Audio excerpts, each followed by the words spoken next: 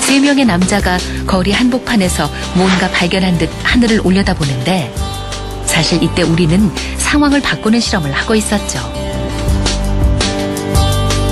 하늘을 올려다보는 사람이 한 사람일 때, 두 사람일 때, 그리고 세 사람일 때 사람 수에 따라 상황이 어떻게 달라지는지 지켜보시기 바랍니다. 처음엔 딱 한 사람만 횡단보도에 나섭니다. 지나가는 사람들, 이런 아무도 이 남자에게 관심을 보이지 않는군요. 그저 이상한 사람으로 여길 뿐입니다. 이때 두 번째 사람이 등장합니다. 하지만 이번에도 별 반응이 없습니다. 간혹 이상하다는 듯 흘깃 쳐다보기만 할 뿐 금세 갈 길을 가버리는군요. 드디어 첫 번째, 두 번째에 이어 세 번째 사람이 등장합니다. 그리고 동시에 아무것도 없는 하늘을 올려다봅니다. 이제 어떤 일이 벌어지는지 보시죠.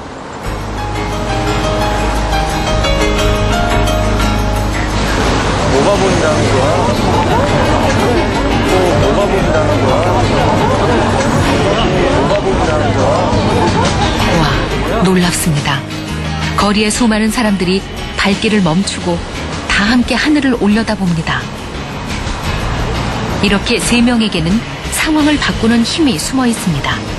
한 명, 두 명일 때는 아무 관심이 없더니 세 명이 되자 사람들이 몰려옵니다.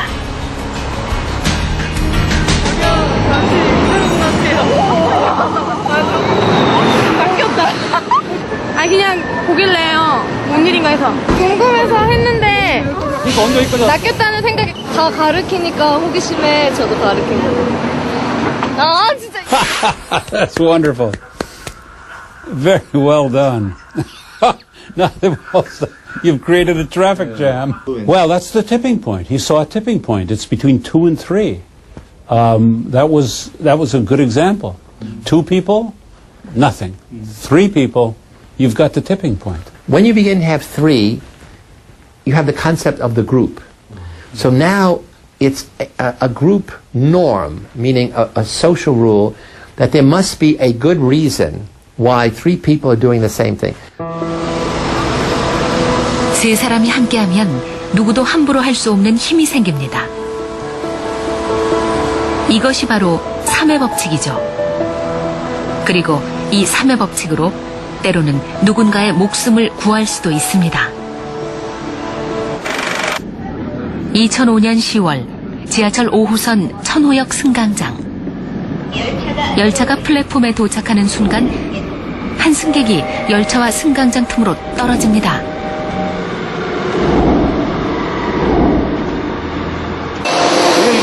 윗사람에서 밀어서 이게 밀리지 않거든요. 이게 아무리 밀어도 이 큰 열차가 밀리지 않는 거죠. 어떤 한 안씨께서 이제 큰 소리로 지하철을 함께 밀어보자고 제안을 하셨는데 처음에는 이제 아무런 반응이 없었지만은 두 분, 세 분이서 같이 밀기 시작하시더라고요. 안타까움에 손을 얹은 처음 한 사람, 혹시나 하고 손을 보탠 또 한 사람, 그리고 희망을 하는 세 번째 사람. 세 사람만 있으면 이렇게 상황을 바꾸는 인간 띠를 만들 수 있습니다. 그리고 33톤짜리 전동차를 움직이는 기적을 일으킵니다.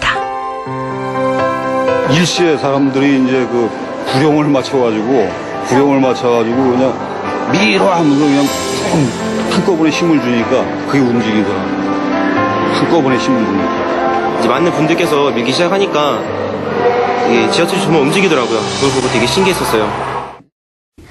나, 그리고 나와 뜻을 같이 하는 한 사람, 그 두 사람이 모이게 되면 전체를 바꿀 수 있는 놀라운 상황이 된다는 거죠. 그게 숨겨져 있는 또 다른 메시지인 거예요. 우리는 상황에 지배당하는 평범한 인간이지만 상황을 긍정적으로 바꾸는 건 역시 우리들입니다. 그러려면 누군가는 외쳐야겠죠. 이 지하철을 다 함께 밀자고 말입니다. 혹시 오늘 당신에게도 그런 기회가 올까요? 예수님께서 두세 사람이 내 이름을 모이는 곳에 나도 그들과 함께하고 있다고 말씀했습니다. 이 자리에 주님이 함께 계심을 믿으시기 바랍니다. 세 명이 한 방향을 보거나 한 마음으로 말하거나 한 마음으로 행동을 할 때 전환점이 된다는 거예요. 방향을 바꿀 수 있는 전환점이 된다. 세 사람이 같은 생각으로 같은 행동을 할 때는 그럴 만한 이유가 있다고 생각을 하는 것이죠. 이것은 바로 인간을 움직이는 동기요, 행동의 유발을 일으킬 수 있다. 그래서 이 3이라고 하는 것은 무브먼트가 될 수 있다 하는 것입니다. 여러분, 인간의 힘이 33톤짜리의 전동열차를 움직이고 사람을 살려내고 있습니다. 자, 여러분, 우리나라의 속담에 세 사람이면 없는 호랑이도 만들어낸다 그랬습니다. 세 사람이 입이 그렇게 센 겁니다. 없는 호랑이도 만들어낸다. 자, 여러분, 힘을 받는 무게의 중심은 다 보면은 삼각형입니다. 다리를 보십시오. 다리는 보면 삼각형이 아니에요. 다 사각형이 있어도 그 가운데 보니까 뭘 하나 질러서 삼각형으로 만들어 놨습니다. 팔이 여러분 에펠탑 전부 다 삼각형의 조화입니다. 자, 공중을 높이 올라갔다 회전하는 청룡열차라든지 롤러코스터 같은 모든 기구는 다 삼각형으로 연결되어 있죠. 만약에 여러분 건물을 지을 때 사각형으로 딱 지었어요. 이런 이 문의 틀이라든지 저런 것들 이렇게 사각형으로 딱 되면요, 위에다가 무거운 걸 놓으면 쫙 찌그러집니다. 근데 가운데 하나 뭘 이렇게 딱 받쳐놓으면 안 찌그러지죠. 자, 이 삼각형, 그래서 성경은 3이라는 수가 완전의 수죠. 그리고 7이 또 완전의 수다 그랬습니다. 이 3이라고 하는 세 사람이 힘을 모으기만 하면 상황을 바꾸는 힘이 작용할 수 있다 하는 것이고요. 두 번째는 따라하세요. 승리와 기적을 창출하는 힘. 자, 승리와 기적을 창출하는 힘이 세 사람에게 있다 하는 거예요. 전도서 4장 12절을 보니까 한 사람이면 패하겠거니와 두 사람이면 능히 당하나니 따라하세요. 삼겹줄은 쉽게 끊어지지 아니하니라. 자, 삼겹줄은 쉽게 끊어지지 않는다 그랬어요. 예수 그리스도는 인류의 구원, 인류 구원을 위해서 오신 하나님의 아들이 메시아가 바로 예수 그리스도입니다. 그런데 이 전 세계 전체 대중을 향해서 하나님의 말씀을 전하지 않았어요. 이 마태복음 1장에서부터 9장까지는 예수님이 제자들과 함께 동네를 다니면서 막 전도를 하고 그렇게 하십니다. 그러다가 10장에 딱 오면 그렇게 전도하지 않아요. 12제자를 선택하는 것입니다. 그리고 12제자에 집중을 하는 것이죠. 근데 사실은 그것도 따져보면 12제자가 아니에요. 세 제자에게 집중을 한 것을 알 수 있습니다. 베드로, 야고보, 요한인 것입니다. 무슨 특별히 있을 때, 자, 변화산에 가서 기도할 때 세 사람이죠. 다 여러분, 어떤 중요한 일이 있을 때 이 세 사람이 합심으로 기도하도록 한 것이죠.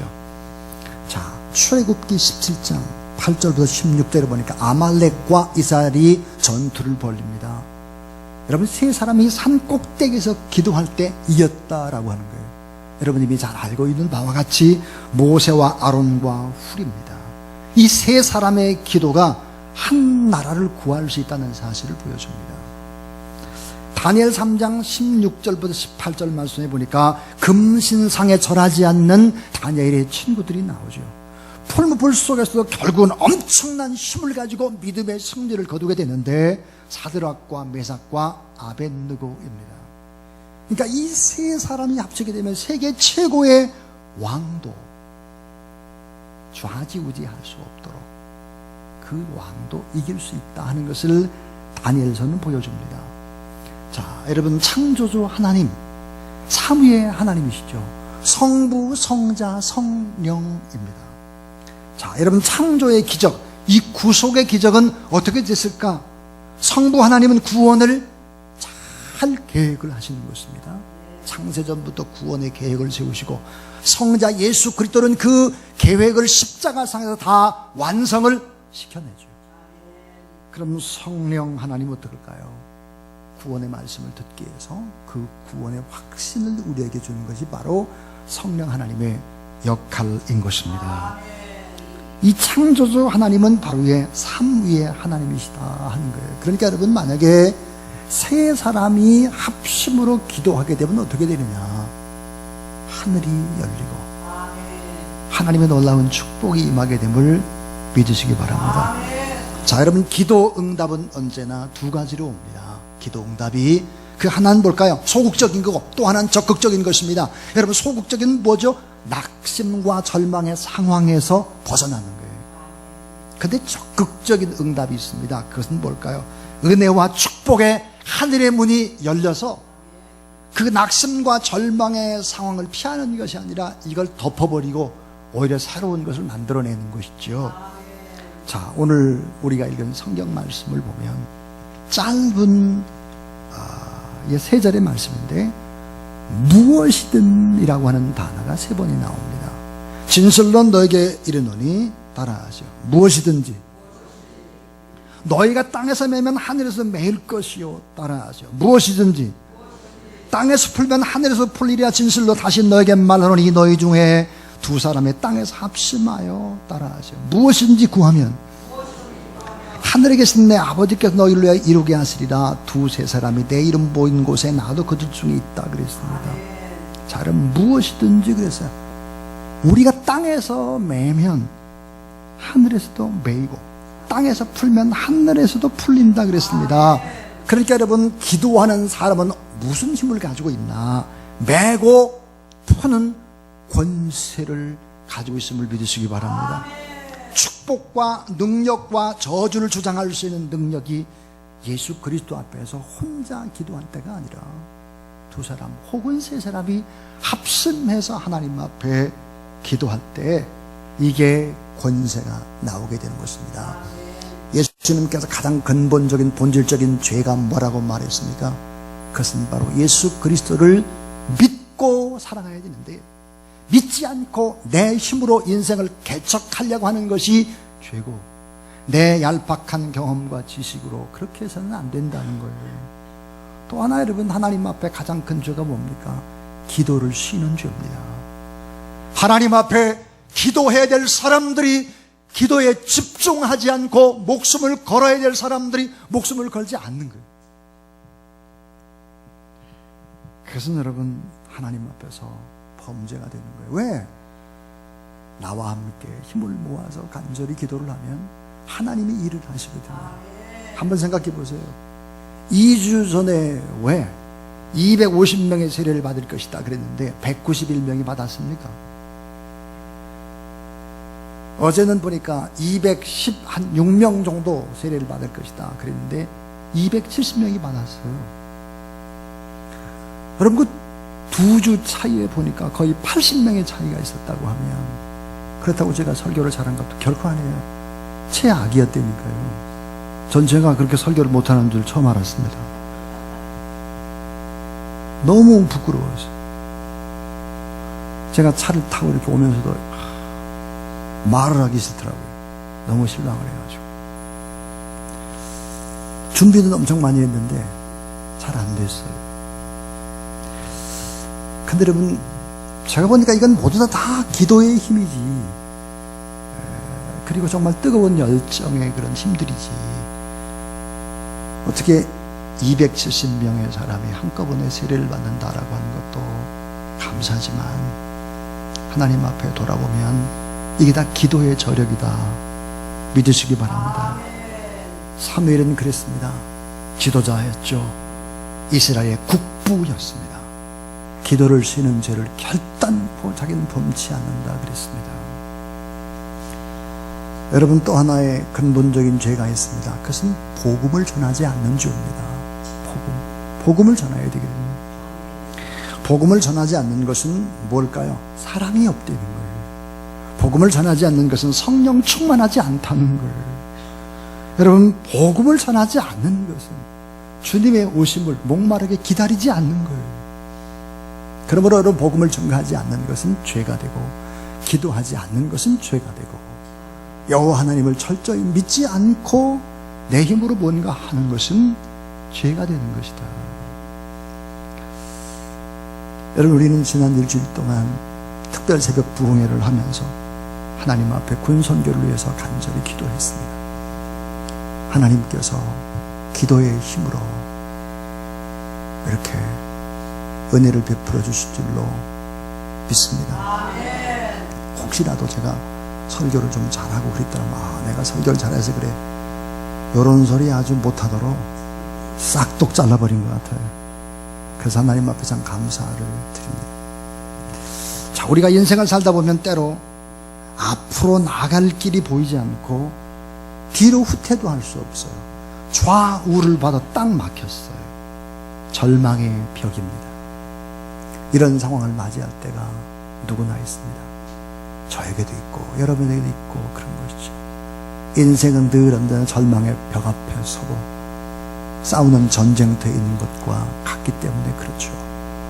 여러분, 지난 일주일 동안 어떻게 사셨습니까? 얼굴 보니까 다 전쟁하면서 한 것 같아요. 힘들게. 근데 여러분, 고린도후서 1장 8절에 보니까 힘에 지나도록 심한 고생을 받아, 따라하세요, 살 소망까지 끊어졌도다. 사도 바울이 얘기해요. 살 소망도 한 가닥도 내게는 없다. 바울이 그랬어요. 여러분, 다윗이 어떻게 말한지 압니까? 나와 사망의 사이는 한 걸음뿐이다. 죽을 것 같다는 거예요. 욥기 3장 21절에 보니까 죽기를 바래도 나는 죽을 수가 없구나. 평강도 없고 안온도 없고 안식도 없고 고난만 임하였구나.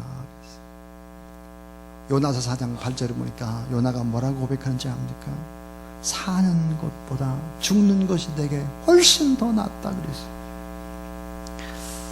여러분, 다 이런 절망의 벽과 사면초가와 진퇴양난의 삶을 누구나 다 맞이하게 되는 것입니다. 근데 여러분, 이 위기를 극복해낼 수 있는 힘이 무엇일까 하는 거예요. 그것은 바로 하나님 앞에서 합심으로 뜨겁게 간절히 부르짖어 기도하는 저와 여러분, 우리 모두 될 수 있기를 주의 이름으로 축복합니다. 늘 언제나 하나님 앞에서 성실한 사람으로, 하나님 앞에서 말씀을 받을 땐 어린아이같이 단순한 사람으로, 은혜 속에서는 강한 성령의 사람이 되고 기도 속에서는 목숨을 거는 그런 영원한 가치, 영원한 투자를 기도에 둘 줄 아는 그런 여러분 될 수 있기를 주님의 이름으로 축원합니다. 자, 여러분, 이 세 사람, 이 3의 법칙이라고 하는 것이 무엇인가 하는 얘기였습니다. 상황을 바꾸는 힘이 있다. 그리고 승리와 기적을 창출할 수 있는 힘이 있다는 거예요. 자, 세 번째는요, 똑똑한 한 사람보다는 부족한 3명이 더 귀하다는 거예요. 자, 똑똑한 한 사람, 탁월한 한 사람, 그 한 사람보다는 부족한 3명이 더 귀하다. 사랑의 팀워크가 기적을 만들어낸다 하는 것입니다. 기도의 힘의 능력을 누구보다 잘 아셨던 분이 바로 예수 그리스도시죠. 예수는 결정적인 사역의 뒤에 언제나 하나님 앞에 기도가 있었습니다. 기도의 뼈대 위에 세워진 인생만이 성공할 수 있음을 믿으시기 바랍니다. 여러분, 기도는 고통의 신음소리를 감사의 흥얼거림으로 바꿔놓을 수 있는 힘이 바로 기도입니다. 세상은 불가능하다고 비웃지만 예수 그리스도 안에서는 모든 것들이 가능하다라고 하고, 아무리 폭풍과 쳐도 바람 속은 고요하기 그지없는 그 세계가 바로 기도의 세계인 것입니다. 기도하는 인생은 겉보 겉보기에는 눈물 나도록 비참합니다. 왜 저렇게 어려울까? 그러나 그 속에 깊이 들어가 보게 되면 영혼의 안식을 누리는 기쁨을 얻고 있습니다. 기도는 예수 그리스도의 숨결로 우리의 가슴을 고동치게 하는 능력이 바로 기도인 것입니다. 사랑하는 여러분, 우리 이제 해피데이가 다음 주입니다. 저는 이 해피데이가 이제 여러분에게 좀 더 좀 깊이 있게 마음속에 정말 이번 일주일 동안은 세 사람이 모여서 초청할 VIP 가운데 제일 가능성 있는 한 사람을 위해서 간절히 기도하고, 그래서 꼭 다음 주에는 여러분 예수 그리스도의 복음이 이 자리에 증거되어지고 또 예수 그리스도를 나의 주, 나의 하나님으로 영접하는 기적이 일어나게 되길 주의 이름으로 축원합니다. 탈무드에 이런 얘기가 있습니다. 어느 임금님이 시몬이라는 광대에게 이렇게 명령을 내리는 거야.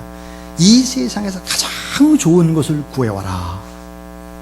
그리고 또 요한이라고 하는 광대에게는 이 세상에서 가장 나쁜 거, 그걸 구해와라 그랬습니다.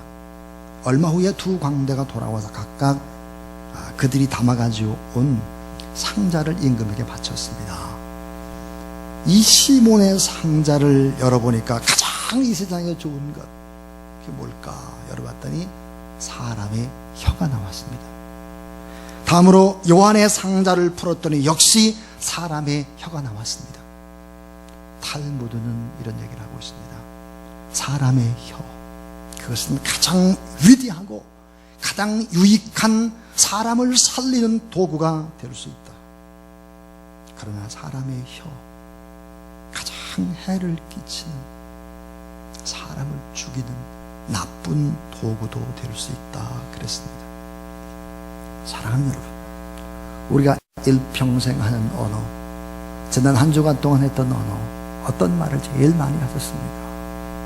여러분의 말에는 힘이 있고 능력이 있고, 그리고 그 입을 가지고 하나님 앞에 간절히 기도한다면 기적은 언제나 가능한 것입니다. 십자군 전쟁 때 길버트라고 하는 청년이 있었습니다. 잘생긴 청년이었는데 십자군 전쟁에 참여했다가 사라센 제국에 잡혔습니다. 결국 노예 생활을 하게 되는데, 이 길버트라고 하는 이 청년은 십자군 전쟁에 참여한 사람이기 때문에 주님을 잘 믿는 청년이었습니다. 이 사라센 제국의 임금은 그 딸 공주가 그 청년을 너무너무 사랑한다는 것을 알게 됐습니다. 하지만 이 공주는 아버지 임금님의 반대에도 불구하고 길버트를 너무너무 좋아하고 잊을 수가 없었습니다. 그래서 임금이 처한 조치가 뭐냐면 길버트를 죽일 수는 없고 사랑하는 딸이 사랑하는 사람인데, 그래서 이제 영국으로 돌려보낸 것입니다. 공주는 길버트를 잊을 수가 없었습니다. 공주는 임금인 아버지에게 편지를 남기고 몰래 도망을 치죠. 그리고 영국의 길버트를 찾아간 것입니다. 자, 이 공주는 영어를 전혀 못했습니다. 아는 단어가 딱 두 마디였습니다. 하나는 런던, 또 하나는 길버트의 이름이었습니다. 이 공주는 하도 쉬지 않고 길버트를 부르면서 런던 시내를 돌아다니는, 계속해서 길버트. 사람들은 공주를 미친 여자로 취급을 했습니다. 그러던 어느 날입니다. 길버트의 하인이 시내에 왔다가 길버트하고 돌아다니던 공주를 보게 된 것입니다. 평소에 이 하인은 길버트로부터 자기가 공주를 사랑했다는 얘기를 들은 거예요. 이 하인은 공주를 알아보고 공주를 데리고 길버트에게로 돌아갔죠. 얼마 후에 길버트와 공주는 뜻깊은 결혼식을 올리게 됐고, 훗날 이 공주는 누구일까? 이 공주는 영국의 위대한 인물 토마스 버켓의 어머니가 되는 것입니다.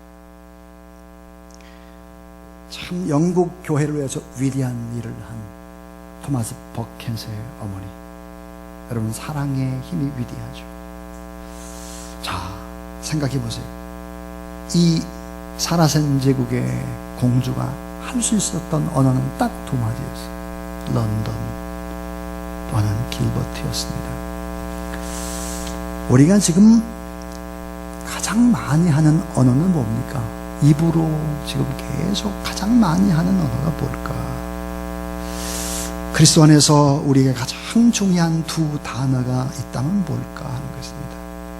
사도 바울은 그 중요한 단어 두 개를 얘기하고 있습니다.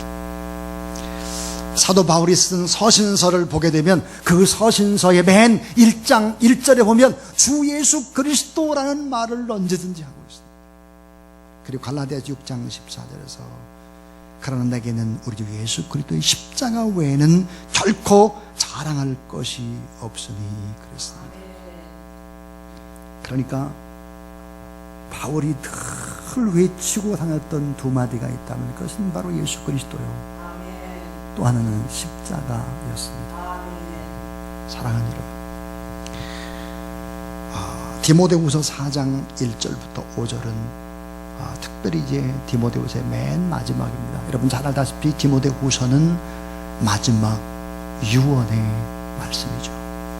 바울이 이런 얘기하고 있습니다. 하나님 앞과 산자와 죽은 자를 심판하실 그리스도 예수 앞에서 그의 나타나실 것과 그의 나라를 두고 엄히 명하노니 너는 말씀을 전파하라. 때를 얻든지 못 얻든지 항상 힘쓰라 그랬습니다. 죽음을 앞둔 사도 바울이 아주 강한 어조로, 명령어로 하나님의 말씀을 전하라 말씀을 하고 있습니다. 여러분, 이 복음이라는 것은 생명을 걸 만한 가치 있는 일인 것이죠. 이 복음을 증거하는 곳에는 놀라운 하나님의 기적이 일어나는 것을 믿으시기 바랍니다. 갈라디아서 2장 20절에 보니까 내가 그리스도와 함께 십자가에 못 박혀 죽였나니 그런즉 이제는 내가 산 것이 아니요 오직 내 안에 그리스도께서 사신 것이라. 이제 내가 육체 가운데 사는 것은 나를 사랑하는 나를 위하여 자기 몸을 버리신 하나님의 아들을 믿는 믿음 안에 사는 것이다 그랬어요. 내가 그리스도와 함께 십자가에 못 박혔다 이것을 예수 그리스도와 십자가를 전하고 있습니다. 그러면서 이런 마지막에 부탁을 하죠. 따라하세요. 때를 얻든지 못 얻든지 항상 힘쓰라.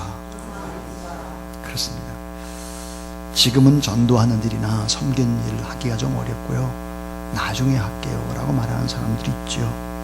예를 들어서 돈 번 다음에, 우리 아들이 대학 합격한 다음에, 취직하고 애들 결혼시키고 난 다음에 상황이 변하면 전도하겠다라고 하는 거예요.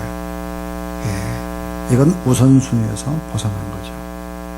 복음을 전가하는 때는 바로 지금입니다. 항상입니다. 지금 이 자리에서 해야 하는 것이죠. 자, 모든 일에 근신하며 고난을 받으며 전도 일을 하며 나의 책무를 다하라 그랬습니다. 여러분, 왜 북한은 저렇게 어려울까요? 왜 북한은 저렇게 숙청 저런 일들이 일어날까요? 그걸 잘 아셔야 합니다. 저는 170m의 주체사상 탑 앞에서 평양의 시내를 바라보면서 알 수 있었습니다. 주체사상 탑에는 이렇게 적혀 있습니다. 사람이 모든 것의 주인이며 모든 것을 결정한다는 것이 주체사상이다 그랬어요. 사람이 모든 것의 주인이라는 거예요. 모든 것을 결정하는 게 사람이라는 거예요. 이것 때문에 망하는 거죠. 이것 때문에 어려움을 당하는 거예요. 여러분요. 평양시내의 2층 버스에 써있는 글귀 이랬습니다. 내 나라가 제일 좋아. 건물마다 선전구호, 건물의 거대한 입식 간판에는 우리는 우리 식대로 살아. 김정일 장군님이 계시면 우리는 언제나 이긴다. 북한 동포들의 머릿속에 쇠뇌되어 있는 것이 뭐죠? 사람 중심인 거예요. 주체 사상이죠. 여러분, 사람 중심 이 주체 사상이 예수 그리스도와 십자가로 바뀌게 될 때 이 나라의 민족이 피를 흘리지 않고 통일할 수 있다는 사실을 믿으시기 바랍니다. 예수 그리스도 십자가의 사상으로 바꿔진다면 평양은 동양의 예루살렘이 될 것입니다. 북에서 넘어온 수많은 지도자들이 남한을 이렇게 살린 게 사실이죠. 한경직 목사님이나 강원영 목사님, 여러분 김선도 목사님 다 북에서 온 분들이에요. 예수 그리스도 중심 십자가 사상으로 바꿔진 때 평양은 동방의 예루살렘이 될 것이고 남과 북은 통일되게 될 것입니다. 여러분 가까이에는 내가 살고 우리 가정에 사는 일이지만 나라와 민족, 그 민족을 여러분 부강하게 하고 새 힘을 얻게 하는 애국이 뭘까요? 복음을 전하는 것입니다. 하나님 앞에서 여러분 전도에 최고 최선을 다하고 세 사람이 모여서 합심으로 간절히 기도하는 그런 여러분 될 수 있기를 바랍니다. 말에는 권세가 있습니다. 환경과 운명을 변화시킬 수 있는 권세가 있습니다.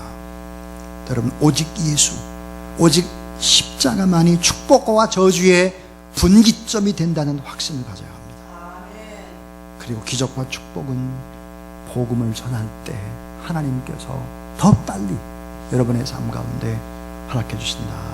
이 사실을 믿으시고 거룩한 믿음의 길로 달려나가는 그런 여러분 될 수 있기를 주님의 이름으로 축복합니다.